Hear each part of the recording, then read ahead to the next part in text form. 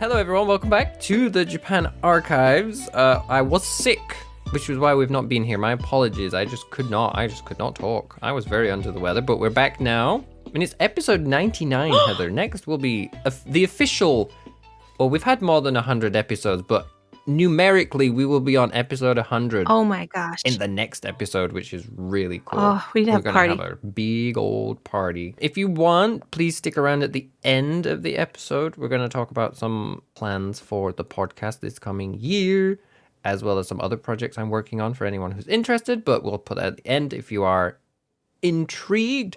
But very quickly, as usual, how are you doing today, Heather, before we jump into the episode? Instead of talking about the weather, full disclosure, I'm a little under the weather, although I have my voice. Oh, no. So I'm here, but if I'm a little bit less enthusiastic, please be aware. You'll be fine, I'm sure. So today I've picked a story. I picked a story from the Konjaku Monogatari. We have picked stories from here several times in the past. I do think we need an episode about probably the person behind the book, if there is one, or the collection of people. But the story today, the title, at least in the book I have, it's a very long title for this particular story. It's called How Men of Kaga Province, who went to an island where a snake was warring with a centipede, aided the snake and settled in the island. Huh. Really rolls off the tongue, the title today. Super catchy. Without much further ado, I guess I'll read the story for us today. Wait, how are you? Oh, how am I? I mean, I'm not sick now. I am doing really good. I'm being very motivated, and I've worked on a lot of projects while I was sick, actually. I couldn't talk, but I could work on other stuff, and that's kind of what I was going to mention at the end of the episode. If anyone's interested in our other projects we're also working on in the background. So, let us begin. Mukashi. There lived in the district of Kaga Province 7 men of humble birth who always went to sea as a group. They liked fishing and earned their living by it. For many years, all 7 rowed out together in the same boat.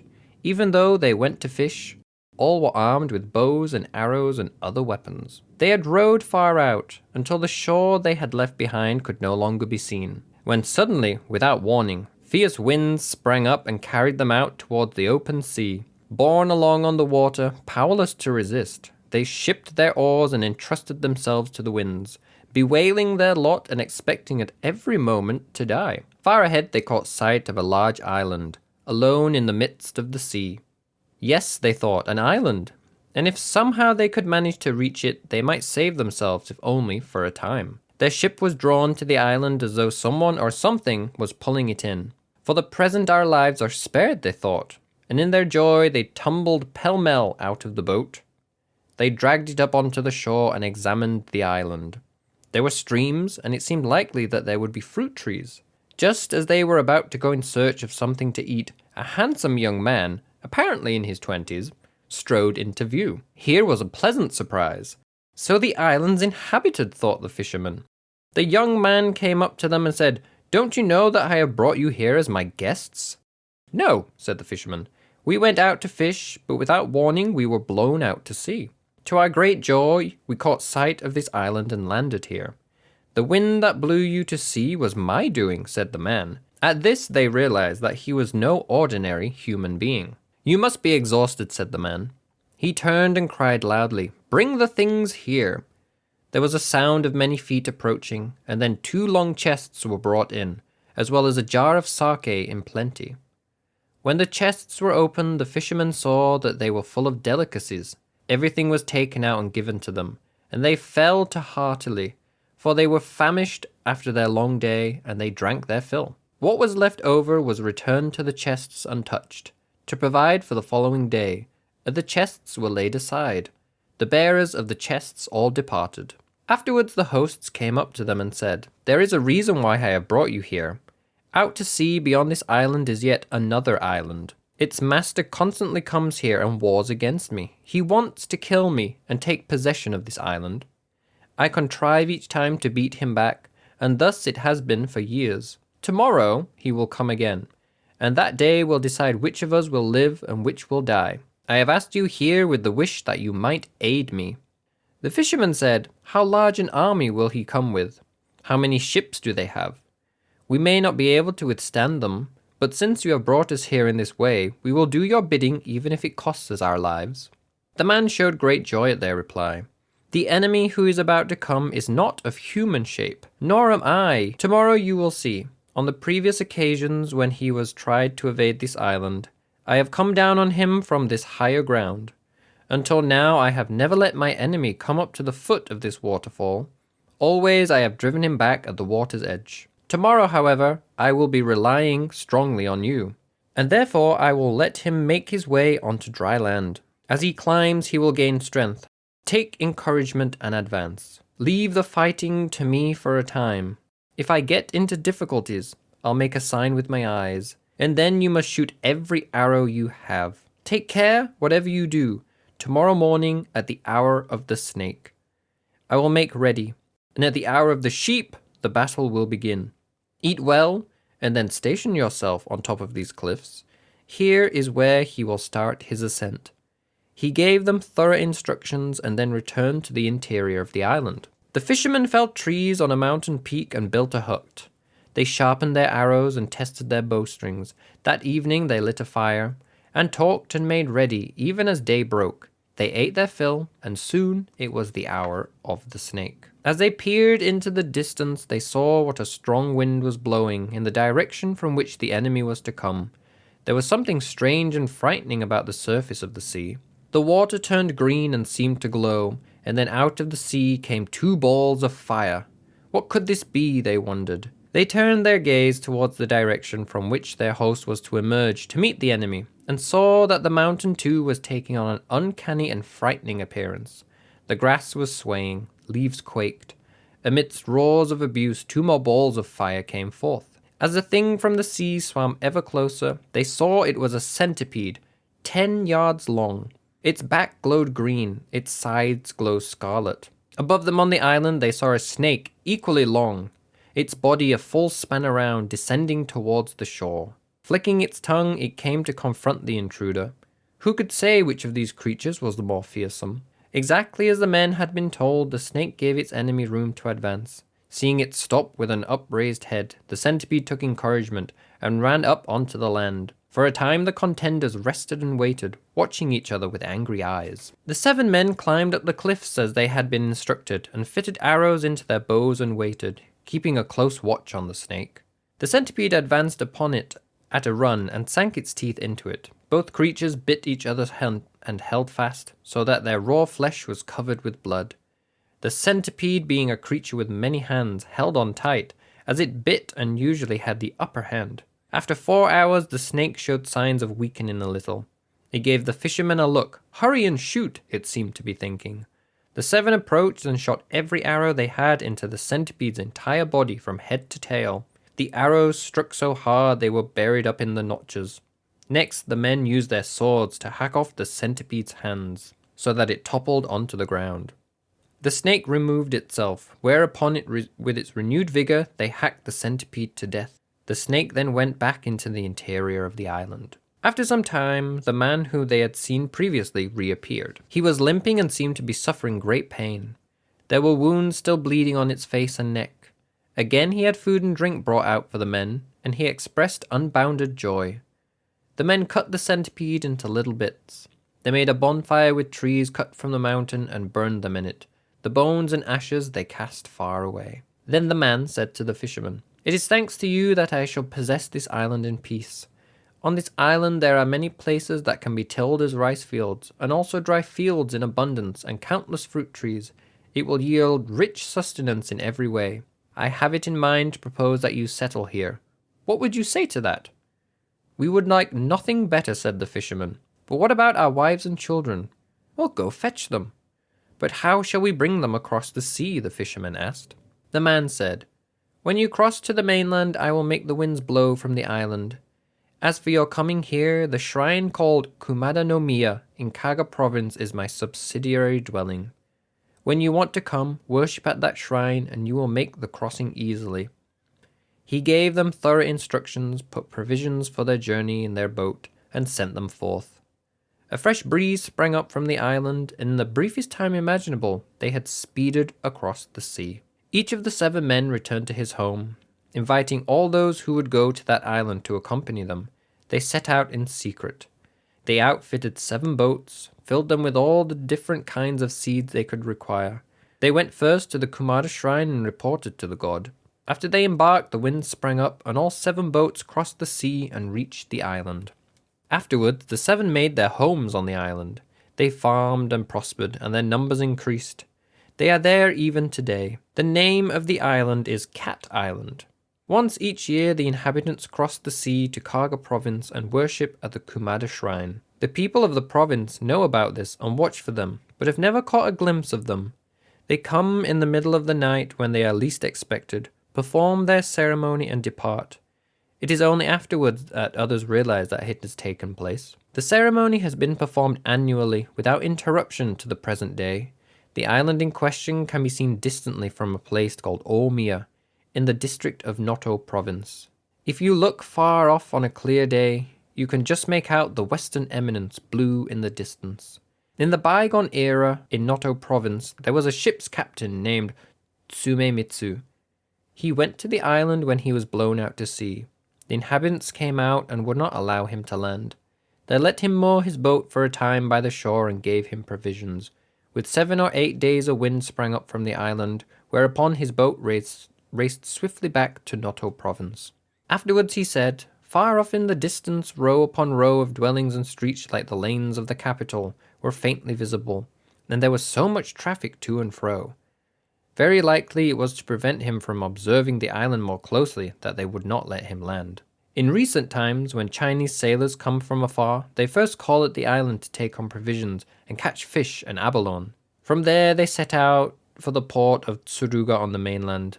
In like manner, these Chinese have forbidden to tell anyone that such an island exists. Now think, it must surely have been owing to karma from their previous lives that these 7 men settled on the island where their descendants are living even today. A happy island it is indeed, so the tale's been told, and so it's been handed down." And there's your tale for today. You know, I kept expecting some sort of twist, and it just went along its way and ended in a happy fashion. And I was still waiting. I'm like, is something going to happen where they won't get to the island? Or Where's this horrible twist? was Yeah. wondering. So it was quite nice. Seems kind of too tame a word, but Yeah, I know what you mean. pleasant. Yeah, definitely a pleasant story. I mean, except for the centipede. The centipede didn't have a pleasant time, but But yeah, I picked this story, I'll be honest, at random. ooh, From here. The title intrigued me. very much. This is completely new for me. As I was reading it, I was starting to think of the centipede, Lake Biwa. And of course, sometimes people liken dragons and snakes. And of course, the centipede at Lake Biwa attacked the Dragon King. Was a centipede attacking a snake. So there were some similarities in that regard. So I don't know if that one was based off the other potentially. But I definitely liked the story. So, Cat Island. I was wondering if you were going to ask about it. I think you were. Yeah. I saw you writing things down. Yeah, my little list of I have questions. Yes, is this the Cat Island? So this Cat Island, Nekonoshima, at least in this tale, no longer exists. But commenters identified the island with Hegurajima. So it is off the, I would say, the west coast, but Japan is at an angle, so it's hard to do. So if you leave the coast from Niigata City, Niigata Prefecture, you get to the big island of Sadoshima. Yeah? If you continue west for quite some time, there is a tiny island called Hegurajima. And that is what the story, at least they think that is the island from this story. That would make sense, since they were also referencing, we had a reference from like Chinese traders coming in. So that was also, I didn't write that down, but I just remembered too, that was an experience we had of a different culture within the story. That is true, yes. And then if you go south from the island, there is the old area of what was Noto province as well. So the location is correct. It makes sense for it to be this island. Although it doesn't talk about there being cats on the island, unfortunately. So I don't know what happened to the cats. But also there was no cats in the story. So Yes, why? strange name to pick. Snake Island made a little more sense. Snake Island would be better, of course. Kumano's shrine, that's a real shrine, or is it just the purpose of the story, or one that is lost to the mists of time? So this shrine in Kumadamura, it is mentioned in other texts, one of them being the Engi Shiki. It does state that it was moved in the 17th century on account of floods, but it does seem to no longer exist as well again. It's been lost to time, but it did exist. Of course, the man identifying himself as a god, therefore is going to be a Shinto kami of some sort. But I don't know of any Shinto kami that are snakes. No. There is, of course, Yamata no Orochi, which is kind of a dragon / a snake, but that was kind of an evil animal that was killed by Susanoo. Most of the other deities are human in appearance. Interesting to look into if there are potentially snake kami somewhere. Because there are many kami, so it might be a very local one, or it might be like a very local legend that I haven't come across yet, or that we don't know about. Interesting. I want to look into that. Well, it's funny also you should mention snake, because this is the year of the snake in the zodiac. Oh, it is. This is a completely unintentional. Well done, me. Yes, well done. Well done, me. When was this story originally written? The Konjaku Monogatari is a collection of stories. It is actually a collection of over 1,000 tales. So this will keep us going for a while. And it includes tales from Japan, tales from China, and also tales from India. Oh. And we don't know exactly when it was compiled. However, around 1120 is an about approximation for a compilation date. So it was presumably compilated around that time, so it could be potentially written before, but around the time it was actually gathered. Oh, one more. The Hour of the Snake and Sheep. I know we've talked briefly a long time ago about time, but how the time was actually referenced in Japan. It wasn't, I believe it wasn't hourly. I think it was different span of time. Different spans of time in 2-hour segments. So the first one, what was it? The first one was the Hour of the Snake. The Hour of the Snake was 9 a.m. to 11 a.m. by Western standards. And the Hour of the Sheep, which immediately came afterwards, 11 a.m. to 1 p.m. Also, I'm guessing since it's snake and sheep that the hours corresponded to the zodiac. Yes, they did. And again, snake was the first hour in the story. Snake was the first hour. Very fitting. Well, I'm glad you randomly chanced upon this one. I think you were trying to say that at the beginning, but I had to ask how you were. I forgot. Yes, I think I was about to say it, and then asked me. But you asked now, so now we know. Yay. It was a random choice from 1,000 possible stories. Oh, I mean, no, the book I have does not have all 1,000. That would be very interesting to read if I could find one of those, but I think it would be a very expensive book. Very heavy? Yes, I'm very, very heavy. Several volumes, perhaps? No doubt. I think the book I have only has about 30 or 40 of them. Some are much shorter than that, some are a bit longer. But yes, I think as well, these books, even if they do have stories about other countries, I think it would be interesting to read them at some point in the context of, this is a show about Japanese history, but these stories were written and compiled by Japanese authors. So it would be interesting to read them and kind of see, is it quite different to what the actual histories were of China or India, perhaps? Are things exaggerated, or are things corrupted from the originals because it's more hearsay stories, where, of course, the Japanese stories, it's a bit more based in fact. I say that after we've had a story about a centipede, but you kind of know what I mean. It's more local, so there's a bit more truth, perhaps. I mean, there's so many different angles we can go into with that, but I do like the idea of touching onto the stories from different countries as well. I want to do that. For sure. Well, thank you so much, Thomas. I really enjoyed that, and looking forward to some more random stories in the future. Yes, I am too. So thank you. I'm glad you enjoyed it. We will see what we will be doing. I think we need to do something special for episode 100. I think so too. Oh my goodness. goodness. We'll have to have a quick think when we wrap up this recording, or maybe tomorrow at some point. We will figure something out. Episode 100. It needs to be something interesting, something different potentially. But we'll definitely figure something out for you guys. So yes, thank you all for tuning in so much today, and we do appreciate it. Thank you for your patience with myself being sick.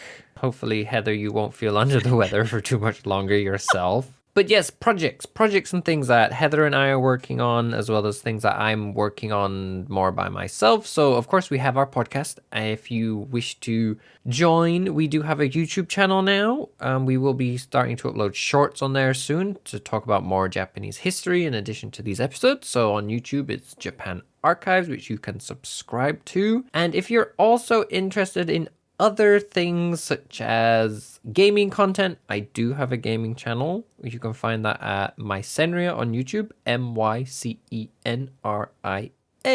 And I've also, like I said, I've been a bit sick, Heather. I've got back into all my writings and my stories. So Yay. there is a lot of updates coming very soon about that. We're going to try and launch a podcast, which is an original story based on my fantasy universe I've been working on for a while. So if that interests you, please tune into that when it's out. And we also do have a Discord, which I will link in the description of this episode. On there, we are updating all our different projects. So we update about our Japanese stuff, our gaming content, and all of the fantasy stuff. So if you want to join and hang out and talk about history or some other things, then we would love to have you. But that is my spiel. I'm sure next time I can make that a bit more concise and to the point, but for a first time, I think that will do. Beautiful. So Very beautiful.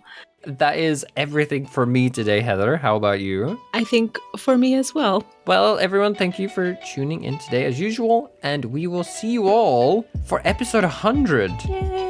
It's been so long. It's been so long in the making. So yes, thank you all for tuning in. We'll catch you later. Bye for now. 皆さん気をつけて、またね。